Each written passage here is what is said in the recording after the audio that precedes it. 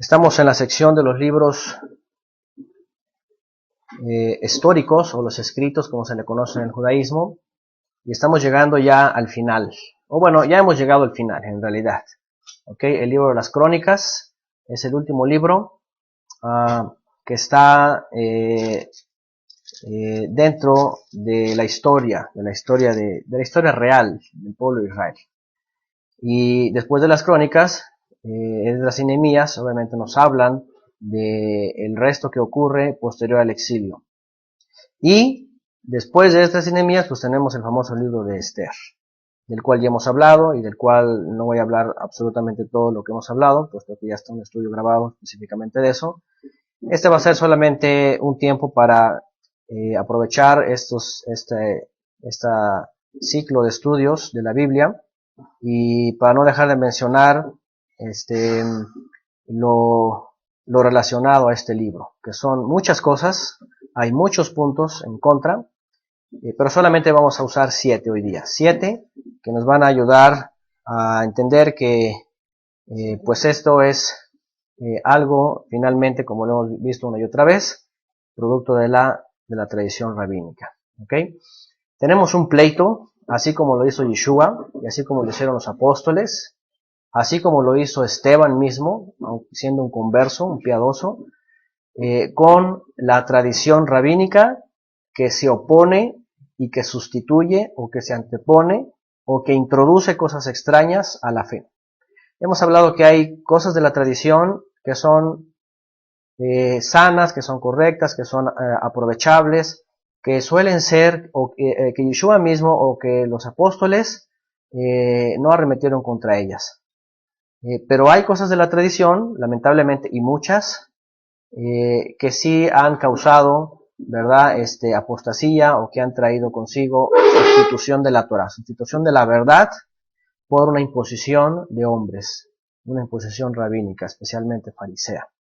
Y una de ellas es justamente la fiesta de las suertes. La fiesta de las suertes, conocida como Purim. ¿Okay? Purim, que está relatada pues en el libro de Esther, o Hamegilat Esther se le conoce, ¿verdad? El rollo de Esther. Y vamos a aprovechar la oportunidad que estamos viendo libro a libro, algunos verso a verso, otros de una forma panorámica. Nos toca ver este libro y vamos a recordar lo que hemos visto y a ver por qué este libro es, como puse aquí, ¿no? 7 razones por las cuales este libro y la fiesta de las suertes, Purim, son antibíblicas. No solamente podemos decir, bueno, es un libro deuterocanónico o es histórico. No es eso. Es un libro antibíblico, anti-Torah, anti la fe del Eterno. Y esto es lo que hace escándalo, ¿no? Ahora, yo les he dicho antes que esta exposición, que no es la primera vez que lo hago, ni soy el único que la ha dicho, ahí siempre ha habido, ¿verdad?, sus detractores de este libro y sus, podríamos decir, señaladores, ¿verdad?, a este libro. Yo solamente me he convertido en alguien que recopila toda esta información y la retransmite, ¿ok? Y esa información no solamente bíblica, es histórica, ¿verdad?, académica, tiene que ver con cuestiones religiosas, tiene que ver con muchas cosas, ¿ok? Y les he dicho también, y cuando vimos este estudio hace más de un año, y bueno, que el que se quedó grabado, porque ya lo he dicho antes, yo saqué este libro de mi Biblia, y eso me ha causado, sobre todo en comunidades judio-cristianas o judio-mesiánicas, ganarme enemigos. Y bueno, esto, como muchos otros temas, siempre es causa de polémica, siempre es causa de pleitos, y lo peor de todo, como hoy día, por ejemplo, hace algunas semanas hemos estado opinando, e incluso aquí está nuestro amigo Pedro, también ha experimentado esto. Lo peor de todo es de que cuando surgen estas discusiones o debates y la gente se ve acorralada, se ve encerrada en una ideología o en algo que no puede sostener, su último recurso es el enojo, el juicio y el pleito, sin ni siquiera hacer uso, al menos, de los medios académicos, históricos. Ya, si ni siquiera se quieren meter a la Biblia, al menos académicos. Y esto es lo que me ha pasado con el libro de Esther. El hecho de mostrar todas estas evidencias, pues cuando la gente se ve acorralada en esto, pues lo único que hacen es se enojan, juzgan, critican y empiezan a señalarnos o a señalarme por una y otra cosa, sin demostrar, al menos académicamente, lo contrario.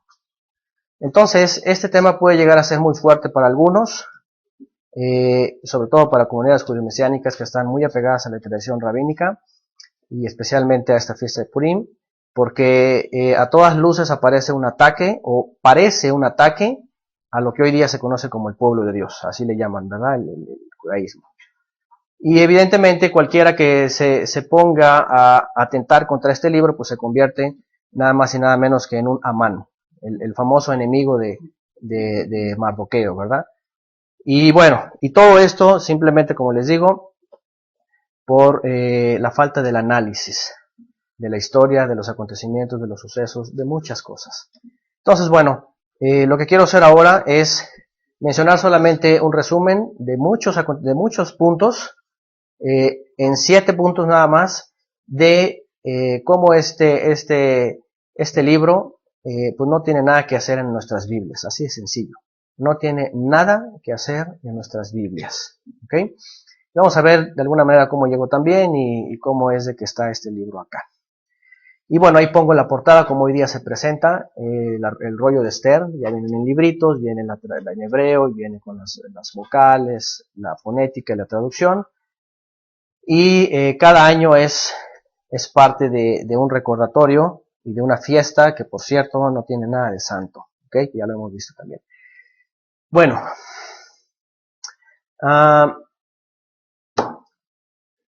aquí puse Hamesh Megilot, aquí se me fue una J. Bueno, este libro dentro de la tradición judía está dentro de lo que se conoce como los Ketubim, los escritos, en una sección que se llama Hamesh Megilot.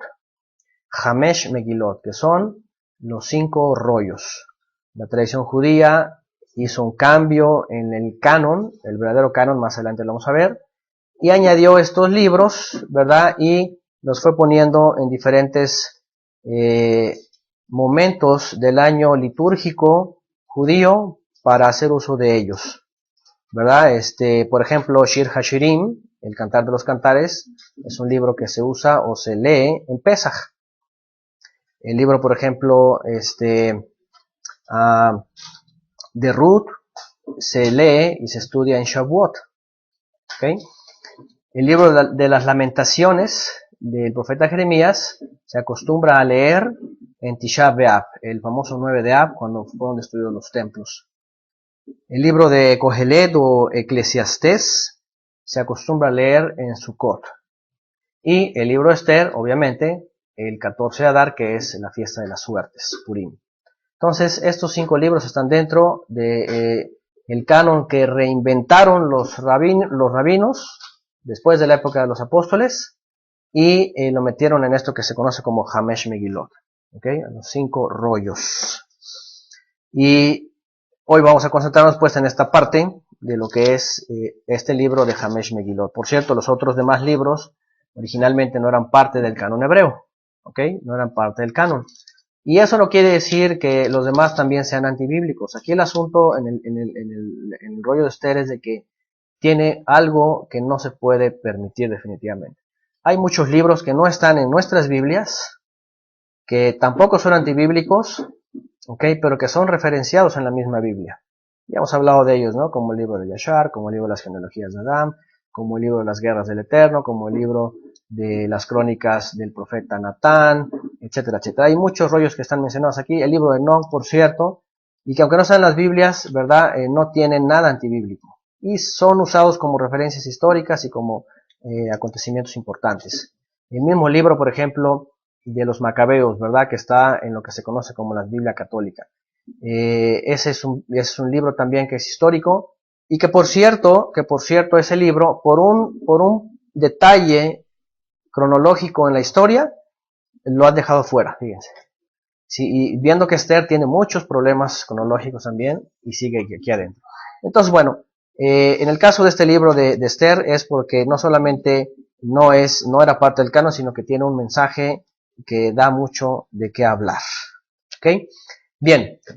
Y la cronología nos va a ayudar mucho, que hemos estudiado Esdras y Nehemías apenas recientemente, y el libro de las Crónicas, porque nos va a recordar en qué momento estamos. Aquí tengo la línea del tiempo que ya hemos visto, y vamos a estar hablando desde la época de Zorobabel hasta, o más bien desde la época de la caída de Jerusalén, 587, ahorita vamos a mencionar esta fecha, hasta la fecha de Nehemías, ¿ok? 445 antes de la era común. Vamos a estar de pronto ayudándonos con estas fechas, ¿ok? Entonces, bueno, vamos a estos puntos, desmintiendo el rollo de Esther, y tengo solamente 7 argumentos sobre la inspiración y autenticidad de la Megilá de Esther, o el pergamino del rollo de Esther, ¿ok? Bien, tenemos entendido que el canon fue cerrado, bueno, tradicionalmente se le conoce así, el canon fue cerrado hasta 400 años antes de la época del Mashiach, ¿ok? En donde había inspiración, así se entiende, porque Malaquías fue el último profeta, Malaquías fue el profeta que habló las últimas palabras del Eterno por inspiración, y de allí en adelante ya no hubo inspiración. Muchos de esos libros quedan fuera del canon y se reconocen como no inspirados. ¿Por qué? Porque están fuera de ese tiempo. Y bueno, uno de ellos es Purim, ¿verdad? Y ahorita lo vamos a ver, es el libro de Esther, y ahorita vamos a ver todo eso. Quienes vayan a escuchar la grabación en el futuro, quiero recordarles que hay un estudio también, ya sea los que escuchen en iVoox, busquen en temas varios, está un estudio que se llama justamente, bueno, ahí ya lleva el nombre que lleva en el video, que es Purim y el culto a Ishtar. ¿Ok? De hecho, los que quieran verlo a través de internet en video y audio, lo pueden buscar así. Los que escuchan la grabación y no sepan encontrarlo en la página, vayan a YouTube y busquen Purim y el culto a Ishtar, diagonal, Esther, pergamino judío talmúdico, así lo pueden encontrar, ¿ok? Y para los que van a buscar en iVoox, los que escuchan la grabación pueden ir a la sala de temas varios, y ahí van a encontrarlo con el mismo título, ¿ok? La fiesta de Ishtar. Bien. Bueno, 7 argumentos sobre la inspiración y autenticidad de la Megilá de Esther. Vamos al primero. Les he dicho que me está fallando el PowerPoint, así que voy a subir. Por cierto, ok, vamos al punto número 1. Ahora sí. Punto número 1, respecto a este libro, el cual no vamos a estudiar verso por verso, ni vamos a darlo por hecho como cierto, verdadero, histórico y parte de la Biblia, es que el relato ha sido señalado por la falta de referencias directas a la intervención divina. Ni el nombre del Eterno aparece, ni tampoco en ninguno de sus atributos. ¿Ok? Ese es el primer argumento más antiguo. ¿Ok? Que en el libro, en sus 10 capítulos y en todo su relato, no aparece ninguna alusión a la divinidad, al Eterno, a nadie, ni al ángel del Eterno, ni a un profeta, vamos. ¿Ok? A nadie, ni siquiera a ninguno de sus atributos. ¿Cómo a ninguno de los atributos? Dice el libro de Esther 4:16, dice: ve y reúne a todos los judíos que se hallan en Susa y ayuna por mí, y no coman ni beban en 3 días, noche y día, y dice: yo con mis doncellas ayunaré igualmente, y entonces entraré a ver al rey, aunque no sea conforme a la ley, y si perezco, que perezca. Bueno, el primer punto y el más conocido, el más popular y el más mencionado es este. No hay ningún reconocimiento, ¿verdad?, en toda esta aparente, todo este aparente milagro y hazaña de esta mujer, en donde la divinidad, en donde el Eterno aparezca como el medio de salvación, sino que rápidamente y en todo el libro se nota la figura de la mujer, de esta mujer, ¿ok? Siendo la que intercede, siendo la que ora y ayuna, siendo la que si muere, muere, y si no, no muere, pero por sus medios, por su voluntad, porque ella está trabajando. ¿Ok? Los rabinos dicen, bueno, el nombre del Eterno no está ahí, pero está oculto, dicen. Y esa es la primera respuesta de los rabinos, ¿no? Está oculto. ¿Dónde está oculto? Entre letras. Y ahí se van al hebreo y empiezan a hacer una especie de hazaña equidistante. ¿Han escuchado del famoso programita ¿cómo se llama? De los códigos de la Biblia, que lo hizo por ahí, por cierto, un judío físico matemático y que los códigos y que ahí viene toda la historia del mundo. Bueno, hay una controversia con este programita porque ya algunos están adivinando que si el futuro, que si no sé qué, es un fraude. Es un programa en donde metieron las 600,000 letras de la Torá en hebreo en una forma cuadrangular. ¿Y qué es lo que hacen? Simplemente al azar ponen X palabra, nombre, lo que sea. Y obviamente con todas las letras que están ahí cuadriculadas, pues aparece hasta la palabra que menos se imaginan ahí. Y pueden sacar, ¿cómo se llaman? Referencias con el sistema, como el crucigrama, con el sistema cuadrangular, ya saben, derecha, izquierda, para arriba, todo eso. Y es una trampa en realidad, ¿me entienden? Ustedes pueden ir, por ejemplo, y poner el gato negro y aparece gato negro en algún lugar. ¿Por qué? Porque es una serie de algoritmos que están preparados para encontrar cualquier palabra o nombre. Entonces, ¿qué hacen los judíos con el libro de Esther? Lo mismo, ¿verdad? Lo mismo. Pueden por acá, Eliyahu Rips. Ok, ese fue el que creó esto. Gracias, Pedro. Aquí está la fuente, Eliyahu Rips. Un judío ashkenazí, por cierto. Ok, ya hemos hablado mucho, ¿verdad?, de la fama de estos hombres, esta descendencia rara. Entonces, es muy interesante ese programa y convence a muchos, pero vamos, no tiene nada que ver pues con la profecía, ¿ok? Y lo han hecho para que adivinar que para qué eso, que ya será Arafat, que Obama sale ahí. Bueno, sale todo. Si ustedes ponen, como decía, el gato negro brinca, va a aparecer en algún lugar. Sale todo. Entonces, son algoritmos que no necesariamente dan una profecía, sino que es obvio, ¿ok? Es un juego de, ¿cómo se llama? En las matemáticas hay un área que se llama lógica y estadística, ¿ok? La estadística, ¿qué porcentaje hay de que salga tal en 600,000 letras? Palabras, letras. Pues obviamente, ¿no? Es obvio. Entonces, bueno, está un poquito, ¿verdad?, metido en la trampa, así es. Y la gematria también. Bueno, ¿qué es lo que hacen los rabinos para decir que sí sale el nombre del Eterno en el libro de Esther? Hacen lo mismo, hacen una especie de algoritmo equidistante y dicen, aquí está el nombre escondido y aquí están las 4 letras, ¿verdad? Pero, obviamente es una trampa, ¿no? Ahí mismo yo podría sacar mi nombre, ¿verdad? Con letras en hebreo equidistantes y podría sacar mi nombre y mi apellido. Entonces, ese es un argumento pues muy débil, ¿ok? Preguntan por acá.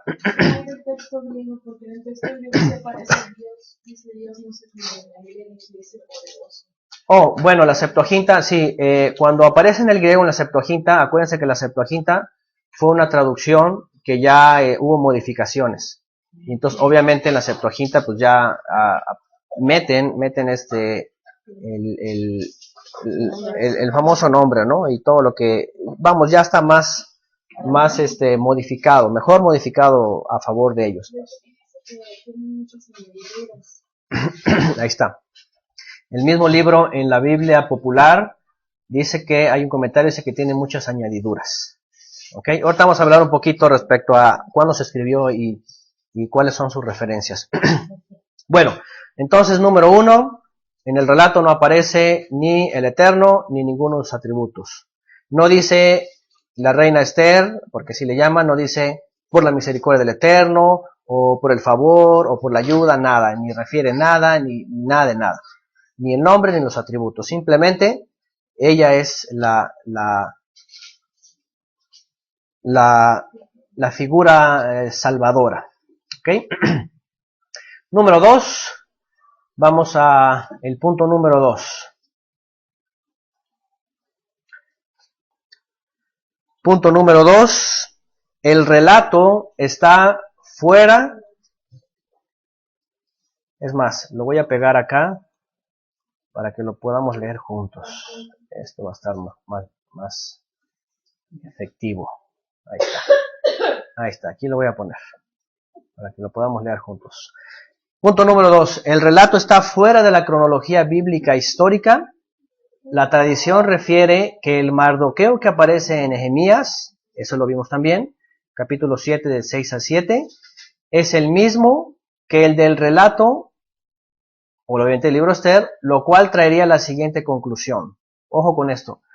Si Mardoqueo hubiese sido llevado del cautiverio, como lo dice el libro de Nehemías y la tradición, o como dice la tradición, siendo un bebé de 1 año, a más tardar en el 587, ¿verdad?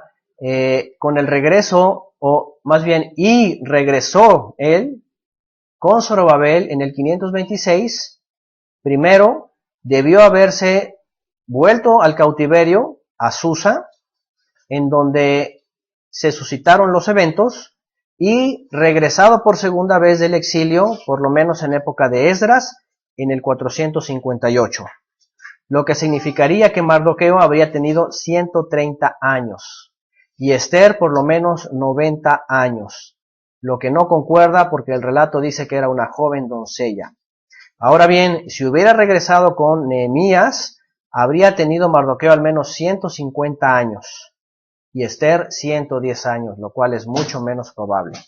Esto pensando si Mardoqueo habría salido siendo un bebé, pero si hubiera salido como un joven, de por lo menos 20 años, entonces su edad oscilaba en los 170 años y los de Esther por lo menos en 140 años.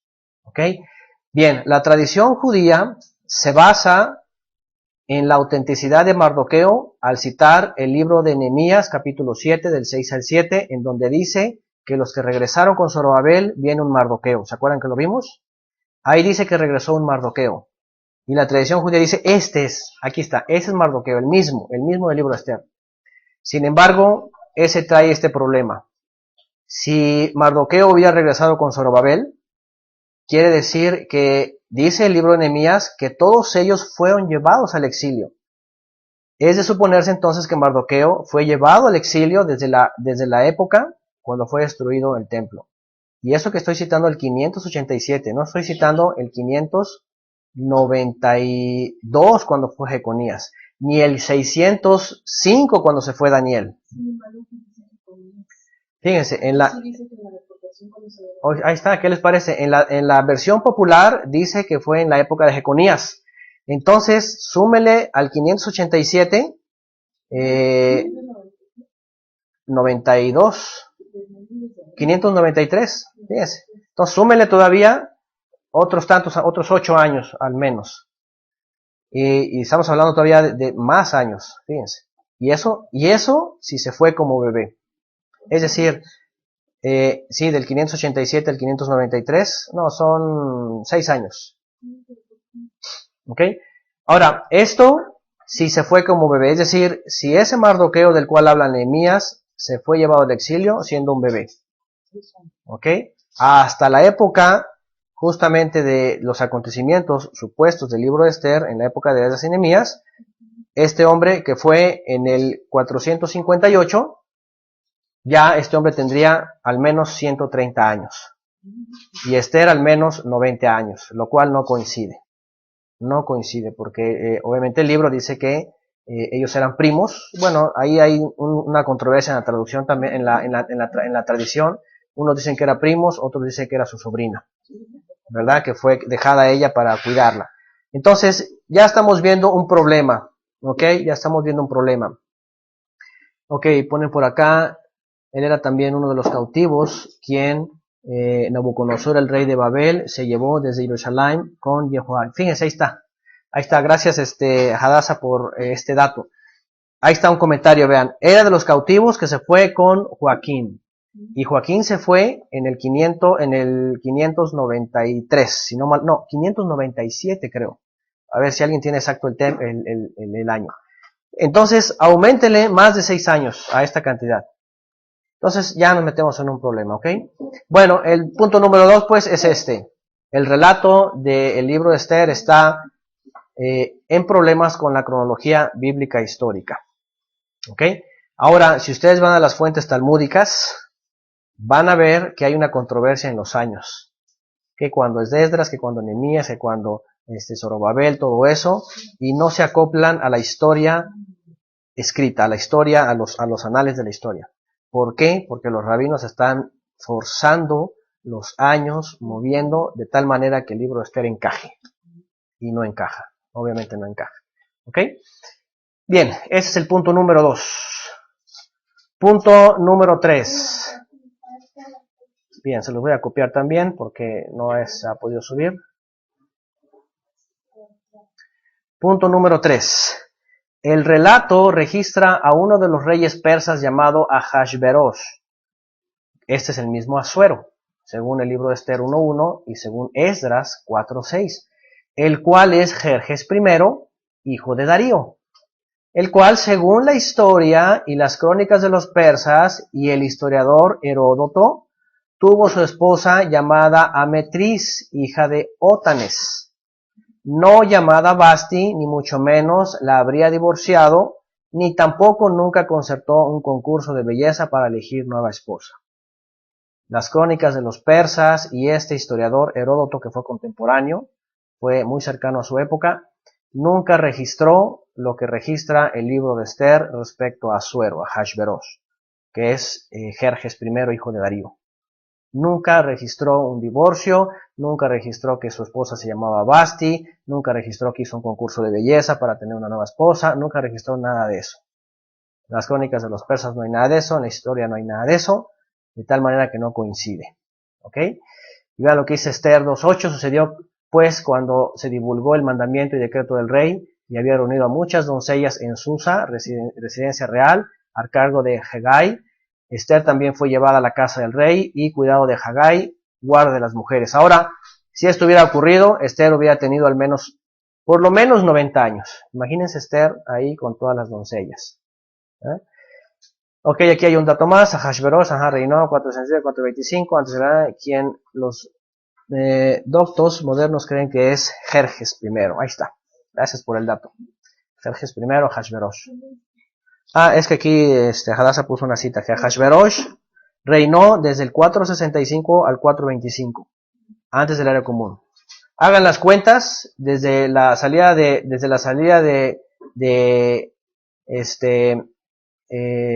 Joaquín o Conías hasta esa fecha y saquen un cálculo de los años de Mardoqueo y un cálculo de los años de Esther, y se van a dar cuenta que Esther andaba por lo menos en los 90 años. ¿Ok? 465 al 425. ¿Ok? Bien. Ok, y este texto de Esther dice pues que este Asuero hizo... Ahora ya saben que en el libro de Esther viene este asunto, ¿verdad? Que él hace una gran fiesta, se emborrachan, llama a su esposa para que haga un baile erótico con su gente, y eso hace que sea despedida, y ahí viene todo ese asunto, ¿no? Y ahí vienen los consejeros, ¿sabes qué? Despídela y todo aquello. No es verdad. En las crónicas de los persas nunca existe eso. Ni de Jerjes I, ni de Artajerjes, ni de Darío, ni de nadie. O sea, no se puede acercar a nada. ¿Ok? Entonces está fuera de tiempo. Fuera de tiempo. Bien, vamos al siguiente punto. Punto número 4. Ok, aquí tengo unas... A veces me gusta usar las diapositivas pues porque tengo algunos textos señalados como referencias más exactas. Ok, aquí ya sí se pasó el 4. Punto número 4. El relato sugiere una liberación de los judíos de sus enemigos que quieren destruirlos, la cual lleva a cabo Esther por su intervención, esta liberación, poniendo la figura de Esther como la libertadora y salvadora de la exterminación del pueblo judío. Sin embargo, las escrituras, es decir, toda la profecía desde Isaías hasta las crónicas y el libro de Esdras registran que fue Ciro el instrumento que usó el Eterno para liberar al remanente en el exilio y traerlo de regreso a la tierra. Ojo con esto, ya hemos visto también el libro de Isaías, el libro de las Crónicas, el libro de Esdras, en donde se menciona este instrumento, esta figura de este hombre, por cierto, gentil, el cual el Eterno se agradó de él, y ahí es importante porque Ciro mismo lo dice, ¿verdad? Que el Eterno se le reveló y que le hizo saber todo eso, de que él iba a ser la figura que iba a usar el Eterno para regresar del exilio de todas las naciones a su pueblo o al remanente, a la tierra de Israel. Ahora, hoy día esto de entrada en la tradición judía se omite. Ellos dicen que el segundo éxodo, que el éxodo está por venir. De hecho, hay algunos movimientos que el segundo gran éxodo, que se va a dar, que de todas las naciones, mentira. Eso de todas las naciones, del segundo gran éxodo, según el libro de Jeremías también, el libro de Isaías, Jeremías 16, si no me recuerdo, más ser más exactos, fue en la época del exilio babilónico. Ciro el persa estaba sujetando a todas las naciones, ¿verdad?, que estaba dominando Babilonia, y todos los dispersos que estaban en todos esos lugares. Ciro mandó un edicto a todas esas provincias y países sujetos para que todo el remanente regresara del exilio. Eso lo hizo el Eterno a través de Ciro. ¿Ok? Sin embargo, la figura en el libro de Esther y tradicionalmente dentro de la tradición judía es la reina Esther. Que Esther fue la figura que los libró de la aniquilación de los judíos y todo ese asunto. Ciertamente tenían enemigos los judíos cuando regresaron del exilio, pero era en la tierra de Canaán, no era en Susa. ¿Ok? Y ese asunto tiene que ver con lo que vimos en Daniel, que se iba a construir el templo y las murallas en tiempos angustiosos. ¿Ok? Pero está fuera de tiempo lo que se dice en el libro de Daniel y está fuera de la profecía. Entonces, aquí hay, por ejemplo, Isaías 45:1 dice así: si el Eterno ha ungido a Ciro, no dice a ungida, a Ishtar o Esther, al cual tomé, dice Ciro, por su mano derecha, para sujetar naciones delante de él y desatar lomos de reyes, para abrir delante de él puertas, y las puertas no se cerrarán. Esto también está en Segundo de Crónicas, vean lo que dice: más el primer año de Ciro, rey de los persas, para que se cumpliese la palabra del Eterno por boca de Jeremías. El Eterno despertó el espíritu de Ciro, rey de los persas, el cual hizo pregonar la palabra y también por escrito por todo su reino, diciendo, y ahí después viene todo lo que Ciro le ha sido encomendado por inspiración del Eterno. Y Esdras también habla del mismo Ciro. Qué curioso. Ni Esdras ni Nehemías registran las hazañas de Mardoqueo ni de Esther. ¿Por qué? Porque no existieron. ¿Cómo podría ser que ni Esdras ni Nehemías hable de algo tan importante que supuestamente pasó en el libro de Esther? Y lo omiten. Eso era algo que se tenía que registrar, es obvio. Sin embargo, ni Esdras ni Nehemías lo registran, ni el libro de las Crónicas. Quiere decir pues entonces que sigue perdiendo fuerza este libro. Dice el libro de Esdras: en el primer año de Ciro, rey de Persia, para que se cumpliese para que se cumpliese la palabra del Eterno por boca de Jeremías. Y ahí viene, ¿ok? Ahora, cuando se cita Jeremías, aunque lo dijo Isaías, dentro de la tradición se entiende que cuando citaban a los profetas, cualquiera que fuera, citaban Jeremías, porque es el que estaba al principio. ¿Ok? No crean que hay un problema ahí en quién lo dijo. Es como si citara yo, o sea, si dijera, como dice Jeremías. ¿Ok? Eso es algo dentro de la tradición también que lo tomaron. Siempre cuando se citan los profetas, no se dice el nombre, se dice Jeremías porque es el que encabeza todos los profetas, según la tradición. Bien, entonces aquí está el relato, pues sugiere a ella como la heroína, ¿ok? La libertadora, la salvadora, por sus medios y no por medios divinos. Pero toda la profecía de la Escritura cita a Ciro como el ungido, como el que iba a hacer que el pueblo regresara del exilio. Y sobre todo, obviamente, cuando hablo del pueblo, estoy hablando del remanente, de los cuales ya hemos hablado, y la importancia de ellos. Bien, vamos al punto número 5. Punto número 5. El relato, canónicamente hablando, está fuera del tiempo de los libros inspirados. Lo que dije al principio, la inspiración terminó en la época de Malaquías y ya no hubo profecía, ya no hubo inspiración. Dice que fue el tiempo cuando ya no hubo inspiración divina. Nadie ha corroborado que el libro haya sido escrito por Esdras. La tradición dice que fue Esdras, fueron ellos quienes lo escribieron. Pero nadie ha corroborado esto, ¿verdad? Lo que dice la tradición. Pero sin embargo, los historiadores dicen que el libro fue escrito alrededor del año 124 antes de la era común. ¿Qué les parece? No en el 400 y tanto. Que coincide con un culto de esas fechas conocido como el Día de los Adoradores de Marte, conocido también como el Día de Mardoqueo. Estas fechas son relevantes para entender por qué dicho libro nunca se encontró entre los rollos de Qumran, los cuales fueron recopilados por levitas anteriores al 200 antes de la era común, y que el rollo de Esther no existía y cuya historia o relato es ajeno a la historia de Israel. Por los datos que hay y por la asociación de los eventos, dicen que fue escrito aproximadamente en el 124 antes del Mesías, el libro de Esther. ¿Qué les parece? Hay una historia muy interesante por ahí, la cual hemos hablado en algunas otras series y estudios, respecto a Menahem el Esenio. Es algo importantísimo. Menahem el Esenio era Ab del Beit Din, antes de la época de los Sugot. Ab del Beit Din quiere decir jefe o cabeza o padre del concilio, de la casa de juicio. Es decir, recuerden que aquellos 70 que el Eterno le mandó a Moisés que pusiera y que iban a estar gobernando a Israel, y uno más que era el sumo sacerdote, ese sistema de gobierno se fue heredando de generación en generación, ¿ok? Para el siglo 2 y 3, este sistema, después de Esdras, seguía gobernando Israel y estaba conformado por 70 y el sumo sacerdote. Para el siglo 3, antes de la era común, antes de Yeshua, y estamos hablando de esta época, antes de esta época de que fue escrito el libro de Esther, había un hombre levita llamado Menahem, al cual después se le llamó el Esenio, que era cabeza de este concilio.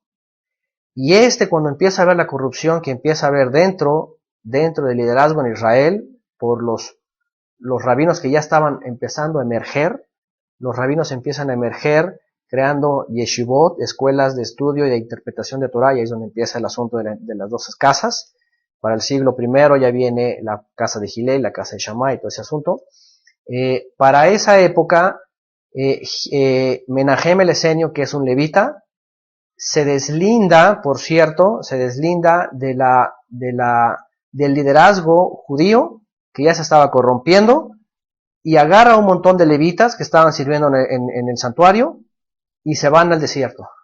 Y dicen, estamos hartos de este asunto, se está corrompiendo cada vez más, se está desvirtuando la palabra, están todos esperando un rey Mesías, un físico que no sé qué, que todo eso. Entonces los levitas se van. Y ahí es donde nacen las comunidades esenias. Los esenios se llevan todos los escritos que pertenecen a la fe hebrea. Cuando en el siglo pasado hacen el gran descubrimiento de los famosos rollos del Mar Muerto de Qumran, se dan cuenta que el libro de Esther no aparece. Importante dato. De todos los libros que se encontraron en Qumran, aparte de la Biblia, están todos los de la Biblia, ¿verdad? Del Tanaj, todos, hasta Malaquías, Esdras, Nehemías, todos, menos Esther. Cantar de los Cantares, sí, solamente se dice que el libro de Esther es el único que no estaba, de todos los que están en el Tanaj. Es decir, desde Génesis desde Génesis hasta Malaquías, el único que no estaba es el libro de Esther. ¿Por qué? Porque ni había estado escrito, ni era parte del canon, y además los levitas repudiaban cualquier asunto que tenía que ver con la idolatría babilónica. Entonces, los levitas de Qumran eran los que realmente conocían la inspiración, la profecía, y es por eso que ellos entendieron el reino del Mesías instaurado ya. Ahí está Juan el Bautista, él viene de los, tenía esta corriente de los Leviim. Bueno, él era levita porque su padre dice que era sacerdote, ¿ok? Yeshua también estuvo apartado en el desierto. Ahí entendemos primeramente cómo es que tenemos que ver la Biblia, la profecía, la escritura, desde un punto de vista celestial, como los levitas lo veían. No como los rabinos que eran literales, y aquí dice, alágicamente, aquí dice y aquí le tienes que hacer así y tan. No. Claro, ahí es donde hubo la división, ¿verdad? La ortodoxia rabínica, en un sentido, el fariseísmo justamente aparece cuando la heterodoxia es dejada. Heterodoxia es la flexibilidad en los mandamientos, es la apertura de a la no alajá. La alajá dice, mira, así dice y así lo haces, tan tan. La ortodoxia es, así dice y así lo haces y tan tan, y no hay más. La heterodoxia, al contrario, es más... Yeshua fue heterodoxo en un sentido, es decir, él no fue riguroso, sino que él fue flexible cuando debería ser, riguroso cuando debería ser. Él estuvo manejando, de hecho, la aplicación de la Torá de él era espléndida. Es muy importante y es muy interesante, y ahorita se me viene a la mente este hombre, Mario Sabán, cuando él habla en su libro, El judaísmo de Yeshua, en el capítulo de Yeshua y la Torá, él reconoce a Yeshua como un rabino excepcional, excelente, mayor que cualquier rabino ha habido en la humanidad. Obviamente él se basa solamente a la enseñanza, no se mete en temas del Mesías, pero lo menciona como un rabino excelente, quien ponía y quien daba la interpretación de la Torá de una manera excepcional. No como los fariseos, que eran muy ortodoxos, ¿no? Y eran muy alágicos. Yeshua, cuando interpretaba y hacía, era una forma muy simple y una forma muy natural. Es una cosa interesante. Entonces, ¿qué es lo que pasa? Pues que los Levín se dan cuenta, ¿verdad?, de que la ortodoxia, aparte de que se estaba mezclando, se estaba corrompiendo y se estaba haciendo demasiado materialista. Entonces se separan, y a lo que voy pues es de que los esenios nunca registraron este libro, de tal manera que en los rollos de Qumran nunca aparece este libro. ¿Ok? Sí es cierto, dice por acá Pedro, en círculos mesiánicos tienen a Yeshua como fariseo. De hecho, sí. De hecho, muchos surgieron de pronto con este asunto, ¿verdad? De que Yeshua tenían que meterlo en algún lugar de todas las sectas que había en aquella época. Y dijeron, como no cabe en otras, Yeshua era un fariseo. Mentira.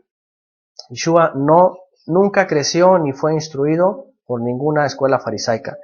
Ahora, en aquella época había dos, la escuela de Hillel y la escuela de Shammai. Por cierto, Mario Sabán, el autor de este libro, El judaísmo de Yeshua, dice que se parece más a la escuela de Hillel. ¿Por qué? Porque Hillel, por cierto, era un poco heterodoxo, era un poco flexible en cuanto a la aplicación de los mandamientos, a esa flexibilidad. Y Shammai era muy rígido, ¿verdad? Para la época de Yeshua, la escuela de Shammai era la que estaba imponiéndose. Y por eso dice este autor que era ortodoxo, o era fariseo ortodoxo, bueno, fariseo de la línea de Hillel. Pero vamos a ver y hemos visto que para nada, Yeshua siempre está dando una interpretación muy amplia y no cerrada a un grupo. Y para nada, Yeshua creció nunca en ninguno de las sectas o grupos de la época. Yeshua vino a recuperar la verdadera fe, la verdadera línea, la fe de Abraham, Isaac y Jacob, la fe de Moshe, la fe de David, ¿ok? Y que no tiene nada que ver con ningún judaísmo, ¿ok? Bien, dicen por acá, cuando el Mesías enseñaba normalmente con quien disputaba más era con los fariseos, así es, y los saduceos. Eso quiere decir que los esenios no se encontraban nunca en los lugares donde caminaba el Señor Yeshua. Efectivamente, de hecho, hay signos de que Yeshua aparecía también a los esenios, pero en otro sentido no. Yeshua, bueno, los esenios finalmente estaban apartados, ellos no se metían a Jerusalén. Ellos tenían allá su propio sistema, su propio sistema de culto, de tzedaká, de servicio, de todo. Entonces, Yeshua con Juan el Bautista y sus discípulos parecían esenios dentro de Jerusalén. Pero no eran del todo tampoco, ¿verdad? Porque los esenios también tienen sus partes, ¿no? Diferentes. Pero sí, Yeshua no encajaba en ninguno de los grupos fariseos porque siempre estaba...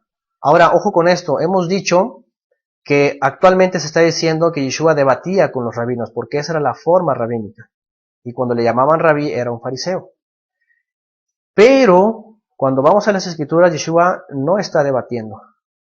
Yeshua los está juzgando, los está recriminando, los está despreciando, los está dejando fuera.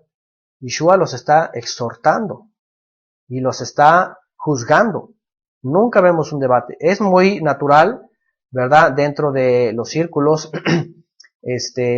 fariseos en su época y hasta hoy día, las discusiones.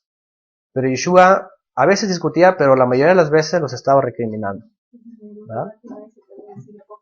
No, en ningún debate hipócrita, ¿verdad? Serpiente, generación de víboras, imagínense, eso no es un debate, eso es un juicio directo. Entonces Yeshua, mentira que estaba debatiendo, él estaba juzgándolos. Él vino a juzgar a los líderes, ¿ok? Dice, escuché que algunas cosas las tomó también de Shammai, como por ejemplo del divorcio o el adulterio. Sí, dicen por ahí, efectivamente, que Yeshua lo califican dentro de alguna de las escuelas porque decía lo que tal rabino decía antes. Yo pienso, y esta es mi sugerencia, que más bien cada escuela, como hoy día, denominaciones y grupos y por todos lados, cada uno tiene cierta verdad. ¿Qué hay que hacer? Porque la verdad está regada entre ellos. La verdad es una, pero cada uno toma una verdad. ¿Qué es lo que hay que hacer? Tomar todas esas verdades y juntarlas otra vez en uno, porque la verdad es una, la Torah y el Mesías. En la época de Yeshua, yo tengo la sensación de que era lo mismo. Todas las sectas, de una u otra forma, acertaban en algo y se equivocaban en algo. ¿Ok? Como normativas que eran flexibles o cerradas. ¿Qué es lo que hace Yeshua? Cuando Yeshua viene y da la interpretación de la Torah, ¿qué es lo que hace él?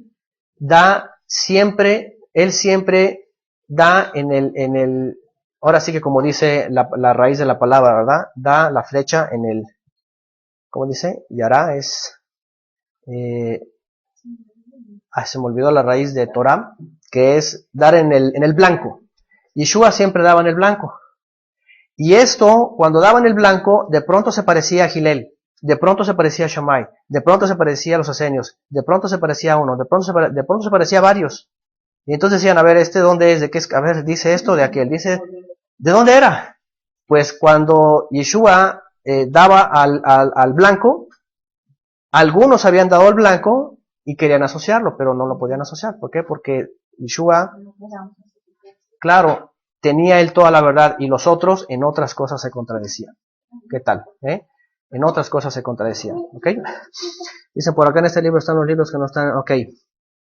Dice, me gusta y entiendo ese punto de vista que está dando. Ok, vale. Yo lo he visto porque cuando yo estuve estudiando a este hombre que está hablando de que Yeshua era un fariseo, dije, este hombre tiene buenas intenciones, pero se equivoca mucho. Desde el punto de vista bíblico de lo que vemos en los evangelios. Sí, Mario Shabbat, así es. Desde el punto de vista de lo que vemos en el evangelio. Él usa los evangelios con mucha certeza, pero se olvida de otros. Por cierto, ahora que estamos de viaje en la carretera, estoy pensando, voy a hacer un comentario del libro, de los capítulos, para después compartírselos, ¿ok? Bien. Dice, hasta el reloj roto, acierto una vez al día, así es. Y Yeshua era un reloj perfecto. Y no podemos decir, ay, se parece, ¿verdad?, al cuarzo que tengo por ahí.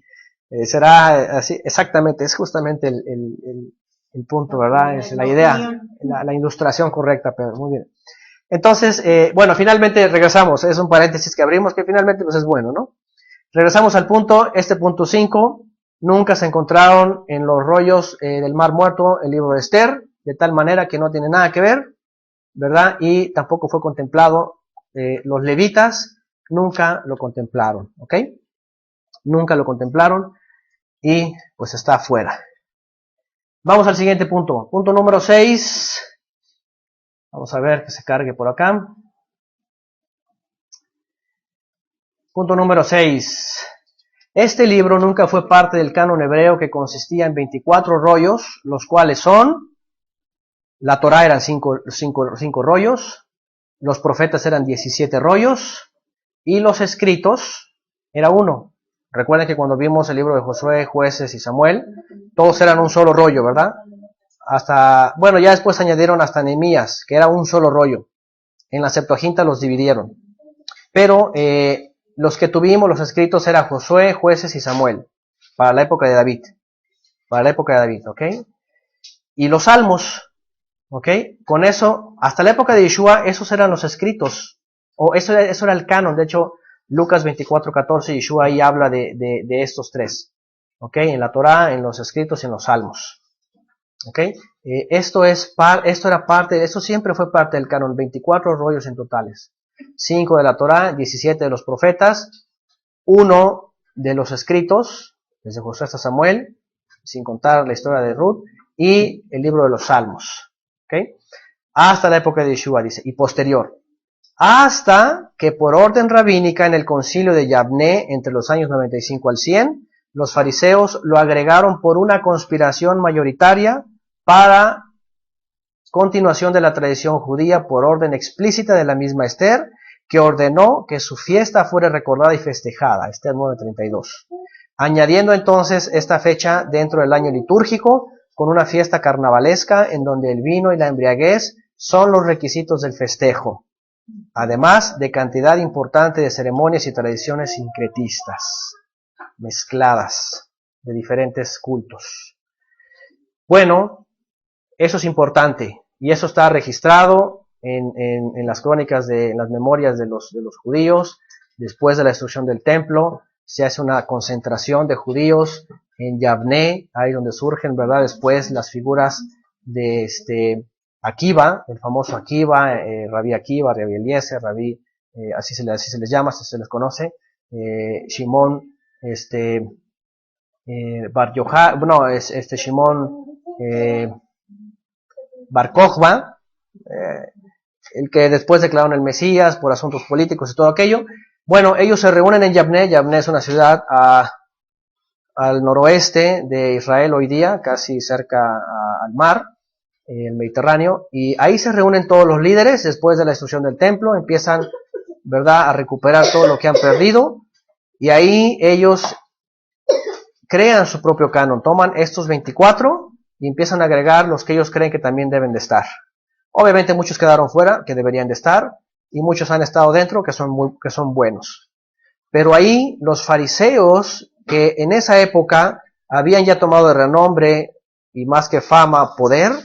¿Por qué? Porque en la época de la destrucción del templo, los que más pierden son los saduceos.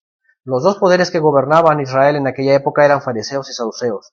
Los saduceos estaban confabulados con los romanos. Cuando viene la destrucción del templo, pues la mayoría de los saduceos mueren en la destrucción. Ellos eran los sacerdotes. Los fariseos son los que alcanzan a huir. Entonces los fariseos toman el poder de toda la organización, el liderazgo en Israel. Yeshua ya los había cortado. Yeshua dijo, les será quitado el reino a ustedes y les será dado a los apóstoles. Por eso entendemos que cuando vino Shiloh, el enviado, así dice Génesis, cuando venga Shiloh, el enviado, el Mashiach, iba a ser quitado el cetro de Judá. Para eso ellos ya estaban fuera, out. Pero ellos se rebelan entre ellos mismos, ¿verdad? Y empiezan a decir, nosotros seguimos el liderazgo. Entonces ahí ellos, aparte de muchas cosas, recapitulan el asunto del canon y agregan el libro de Esther. Estaban apasionados y estaban, ¿verdad?, deseosos de que ese libro estuviera ahí, y ahorita lo vamos a ver más adelante cuál era el motivo. ¿Okay? Entonces ahí establecen el canon hasta el día de hoy como lo conocemos, y lo introducen como, además, dentro de la liturgia, dentro de una liturgia que es una fiesta que se debe de recordar, y ya saben todo eso, ¿no? Los que estuvimos en algún momento por ahí, me tocó una fiesta de esas, que fuimos engañados, ¿verdad?, olímpicamente con todas esas mentiras, ¿verdad? Y hasta, y no sé a ustedes quién les tocó esto, bueno, a mí sí, pero se los digo como testimonio. La verdad es de que cuando vimos eso por primera vez, la verdad es de que así como que a ver antifaz y todo eso, como que sonaba medio raro, ¿verdad? Sonaba carnaval, y cuando nos dimos cuenta que a ver, ¿por qué en la época de los carnavales y todo eso? Y ahí empezamos a tratar de pensar, a ver, que el Ruach nos revele, ¿verdad? Que venga y que nos envíe la información. Entonces, nos llegamos a disfrazar, hasta eso, ¿verdad? Entonces, cuando después vienen los medios que el Eterno usa para llevarnos a esta información, pues ya entendimos todo ese asunto, ¿no? Pero, obviamente, esta fiesta, dentro de la tradición talmúdica, hoy día muchos, aunque están dentro del mesianismo, que son un tanto moralistas, obviamente no hacen lo que dice la tradición. Pero la tradición talmúdica respecto a esta fiesta, ahí se vale emborracharse. Los niños pueden fumar, se borrachan hasta perder el inconsciente. Hay un carnaval en Tel Aviv o en Holón, depende, en Israel, donde desfilan. Ya está el estudio, puse ahí unas fotos, y ustedes pueden buscar la Adloyada, y van a ver que es una fiesta carnavalesca así paganísima, bien mundana. y aprovechan el tiempo, ¿verdad?, para cualquier cantidad de libertinaje. Y cuando dimos ese estudio, yo recuerdo, y es algo que siempre he estado diciendo una y otra vez, que están haciendo algo que en la Torá explícitamente el Eterno dice que la embriaguez es un camino para la apostasía y para la rebeldía. Y vuelvo a recordar, ustedes se acuerdan de Nadab y Abiú, los hijos de Aarón, que eran los mayores y que eran sacerdotes, entran al santuario, ¿verdad? Y más adelante el texto nos dice que la prohibición que hace el Eterno a Aarón para que no entren al santuario con bebida, era porque seguramente ellos habían entrado ebrios e hicieron cosas que el Eterno no pidió, hicieron cosas mal y murieron fulminados. Es decir, esta fiesta promueve un alejamiento de la santidad a través de la borrachera. Pierde el conocimiento y haz lo que sea. Esa es una forma idolátrica de los cultos paganos antiguos. Entonces, este libro, dentro de la tradición y dentro de todo lo que hacen, tiene, ¿verdad?, ahí un plumazo de Satanás ahí para decir, piérdanse en ese día, piérdanse el conocimiento y hagan lo que quieran. Cuando el Eterno dijo, cuando te acerques a mí, no vengas ebrio. ¿Por qué? Porque vas a hacer malas cosas. Sino tenemos que llegar con conocimiento, con una intención correcta. Entonces, bueno, es una fiesta carnavalesca, ya hablé de esto más ampliamente, ustedes pueden ver el estudio que ya dimos. Ok, entonces esto fue una imposición rabínica de los fariseos de la época a finales del primer siglo. ¿Okay? Lo cual, por cierto, déjenme decirles, y ustedes van a la historia, ustedes leen la enciclopedia judía y todo eso, ustedes van a ver que muchas comunidades del exilio, en Egipto, ¿verdad?, sobre todo en Alejandría, en el norte, que era lo que hoy día es el Líbano, y en otras comunidades, se opusieron a esta imposición rabínica en Yavne, y empezaron a mandar cartas y dijeron, no estamos de acuerdo con esto, no estamos de acuerdo con lo otro, no estamos de acuerdo. Sin embargo, en Yavne dijeron, pues no nos importa su opinión, lo vamos a poner. Y este libro se queda y se queda. ¿Qué les parece? Ustedes pueden investigar, y hay mucho que investigar de eso y leer. Déjenme decirles que yo estoy solamente tomando 7 puntos de muchos, y esos muchos que me llevó muchas lecturas y horas de estudio, pero para que ustedes puedan tomar unas llavecitas e ir más allá, ¿verdad? Si quieren ampliar el tema, ¿ok? Pero bueno, entonces es algo pues que fue impuesto por la tradición, y además vamos a ver finalmente el punto más fuerte,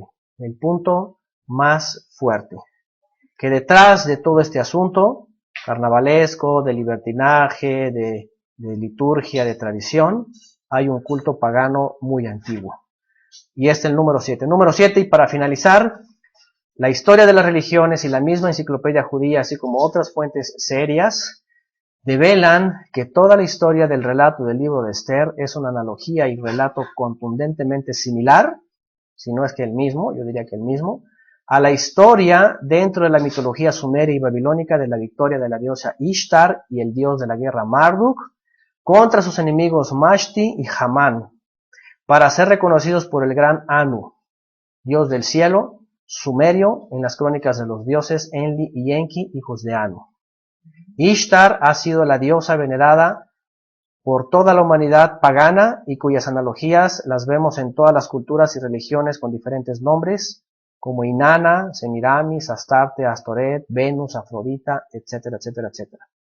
Esta misma, muy venerada y exaltada por los judíos apóstatas desde el ingreso a la tierra de Canaán, hasta hoy, la cual en su tiempo llamaron la reina del cielo, y prefirieron servir dejando el servicio al Eterno. Esto lo vemos en Jeremías 44, cuando fuimos a Jeremías vimos este asunto muy oscuro. De ahí viene hasta María, la guadalupana, ahí viene el cristianismo también, el cristianismo catolicismo sigue honrando este culto. Ahí está la diosa Sumeria, y por otro lado, en la tradición judía, ahí está la diosa también Ishtar. En realidad el nombre Esther, y bueno, ustedes van a también, en el otro estudio que dimos más ampliamente, hablamos de esto. El nombre, que por cierto le ponen a ella Hadassah, el nombre que lleva hebreo Hadassah, es un nombre que gramáticamente está hablando de un misterio, fíjense. Y este misterio está revelado también en el nombre de Esther. Gemátricamente, Esther está hablando de Sod, de un misterio, y el misterio no es otro que ella es Ishtar, la diosa sumeria que junto con Marduk vencieron a los dioses enemigos para darle honra a Anu y a Antu, los dioses del cielo, en la mitología babilónica. Cuando yo di este estudio, ahí amplío más cosas, ahí pongo el árbol genealógico de las divinidades babilónicas y sumerias, y ahí entendimos que esta gente que ha dedicado el culto a Moloch, que también es el mismo, ¿verdad? Pero en otro nombre, y a Astoret, que también es la misma, a Ishtar, Esther, todo, ha permanecido hasta el día de hoy. Y esta gente, pues, entonces, lamentablemente, los que conscientemente saben eso y lo siguen promoviendo, es muy probable, ¿verdad?, que sea definitivamente una descendencia que no tiene nada que ver con la descendencia redimida, y que sigan un culto extraño. Es muy triste ver esto. Un día yo estuve en una clase de los rabinos, de unos rabinos que más o menos importantes en Nueva York, y me metí porque quise hacer esta pregunta específica. Y ahí empezaron, ¿verdad?, con los temas, y cuando yo le hice la pregunta a este rabino respecto a esta información, y otra persona también dijo, sí, yo he escuchado eso, ¿qué respondemos a todos esos argumentos? Y entonces cuando se le hace la pregunta a este rabino, ¿saben lo que dijo este rabino? Son puras boberías. Son puras boberías, dice este rabino. Y le da la vuelta y sigue hablando de su tema. Y empezamos a escribir, pero necesitamos unas respuestas contundentes para esgrimir esas evidencias, ¿no? Y ya no dijeron nada. ¿Por qué? Porque no las hay. No hay nadie de aquel lado que diga, mira, te voy a decir que el libro de Esther es correcto por esto, por esto, por esto, por esto. Histórica, académicamente, científicamente, nada. Está muy débil. Y es por eso, pues, que obviamente las evidencias verdaderas y la verdad de la escritura, pues es contundente en contra de este libro, ¿no? Y es una historia muy triste. Ezequiel habla de esta apostasía, Ezequiel 23, habla de esta apostasía de Israel y de Judá, ambos. Hoy día saben que anda por ahí, ¿verdad?, algunos grupos que dicen, que Israel, las 12 tribus perdidas y que su pecado, que se dispersaron, que por el pecado. No pecó nada más Israel, pecó también Judá, pecaron ambos. Es más, Ezequiel 23 dice que Judá pecó peor que las 10 tribus del norte. Peor, dice. Dice, y viendo que su hermana era así asado, ella hizo peor. Entonces Judá también pecó mal. ¿Y cuál era su pecado? Este culto. Que obviamente los rabinos hicieron ahí sus trampas, y bueno, curiosamente no pusieron la presencia divina ahí, ni el Mesías, ni el ángel del Eterno, nada, para simplemente darle culto pues a Marduk y a Ishtar.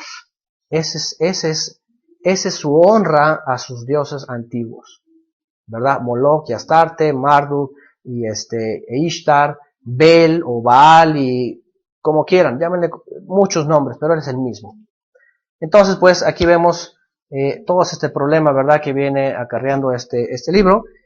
Y para más información, ahí está grabado en audio y en video, en YouTube también, este tema, donde ampliamos mucho más este tema, y